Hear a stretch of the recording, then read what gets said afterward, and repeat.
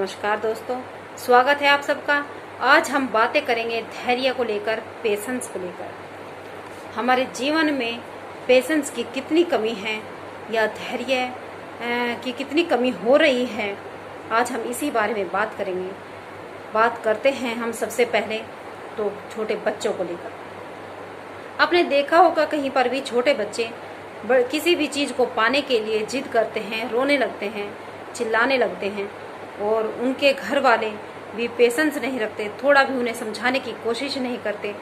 जल्दी से ही, एकदम से ही उनके लिए जो वे चीज़ मांगते हैं, जिस चीज़ की वे डिमांड कर रहे हैं बच्चे, वो एकदम से चीज़ ला के दे देते हैं। उन्हें समझाने की कोशिश भी नहीं करते कि आज अगर हम इनको आज के अभी ये चीज़ें ला देंगे तो इनमें वो आदत बनती चली जाएगी और ऐसा जीवन भर अगर वो चीज़, कोई चीज़ ये चाहेंगे, ना मिली तो ये कितना परेशान हो जाएंगे, ये कितना दुखी हो जाएंगे।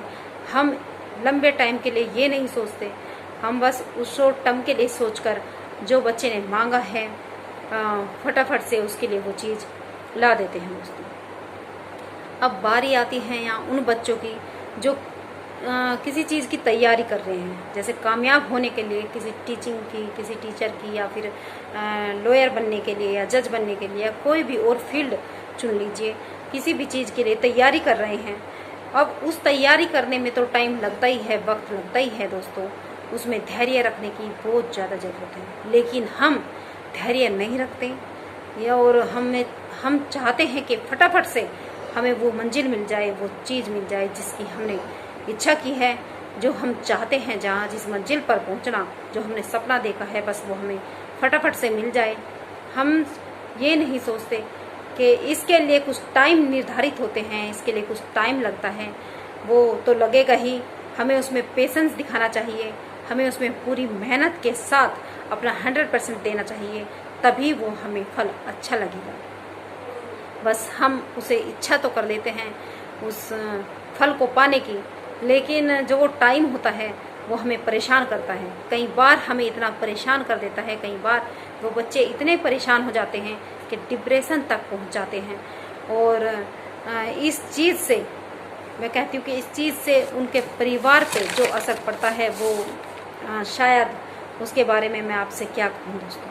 वो मैंने फील किया हुआ है, वो मैंने देखा हुआ है, कहीं पे सुना भी हुआ है कि इसके बारे में वे कितने दुखी होते हैं जब वो उसका बच्चा बढ़ रहा होता है और वो पेशेंस नहीं कर पाता, वो किसी चीज़ के लिए परेशान हो जाता है, किसी मंजिल को पाने में समय लगता है, या फिर तबीयत खराब हो जाती है उसकी जब वो पेशेंस नहीं कर पाता और कुछ वक्त के लिए समझो कि उसका वक्त जैसे ठहर सा गया हो, और उन परिवार वालों को क्या भुगतना पड़ता है, किस तरीके से वो उस टाइम को निकालते हैं दोस्तों।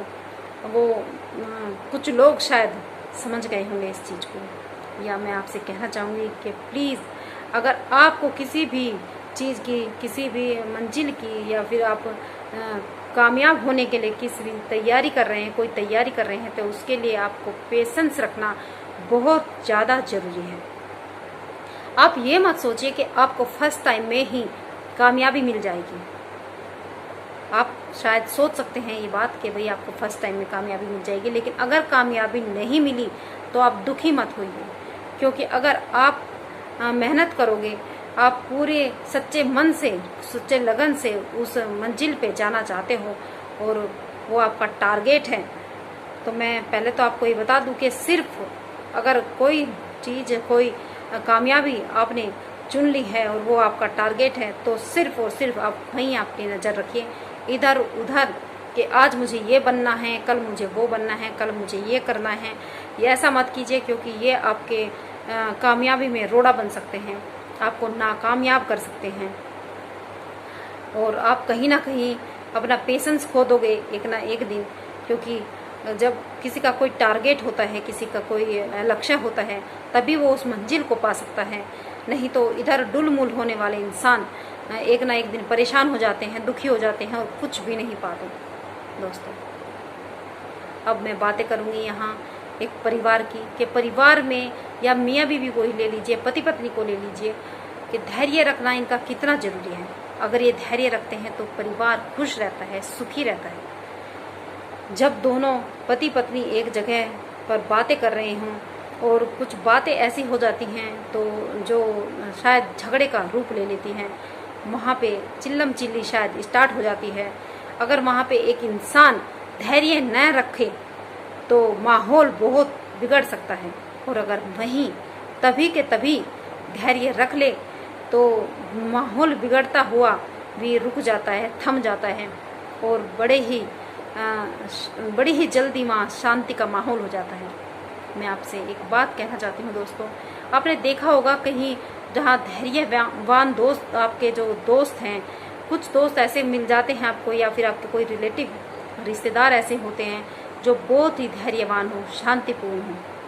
आप उनके घर देखिए किस तरीके से उनका घर शांत होगा, कितना आनंद आएगा वहाँ, कितना आपको अच्छा लगेगा।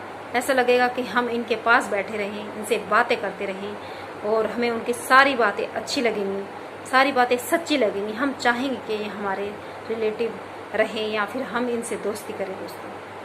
हम उनके पास जाना भी नहीं चाहेंगे, या उनके घर उनसे दोस्ती नहीं करना चाहेंगे, उनके घर नहीं जाना चाहेंगे जो हर टाइम नेगेटिव सोचता हो या पेशेंस खोए रखता हो, धैर्य जिसके पास ना हो, हर टाइम चिल्लाता रहता हो, हर टाइम कमियां निकालता रहता हो, टोंट कसता रहता हो। आप ऐसे लोगों के पास बिल्कुल भी नहीं जाना चाहोगे। अगर आप ऐसे लोगों के पास नहीं जाना चाहते तो आप अपने आप में सुधार कीजिए। वो मैं भी हूँ, उसमें आप भी हो, छोटा बच्चा भी है, बड़े भी हैं, बड़े बूढ़े सभी हैं। आजकल तो इतनी ज़रूरत है धैर्य रखने की। ये कोरोना काल चला हुआ है, इसमें धैर्य रखने की कितनी ज़रूरत है सभी को पता है कि घर में रहना कितना मुश्किल है। हम सब बाहर जाते थे, हम सब बाहर कुछ ना कुछ काम के लिए जाते थे, अपने दोस्तों से, अपने रिश्तेदारों से लेकिन आजकल हम एक दूसरे से नहीं मिल पा रहे हैं। इतना समय हो गया है, हम घरों में रह रहे हैं, कमरों में बंद करके कमरे रह रहे हैं। अलग अलग कमरे में भी शायद अगर 4 बंदे हैं तो अलग अलग कमरे में बैठे रहते हैं। और अब तो ये फ़ोन हो गए हैं दोस्तों, अगर एक कमरे में भी बैठे रहें तब भी हम आपस में बात नहीं करते, तब भी हम ऐसे अजनबियों की तरह ही रहते हैं।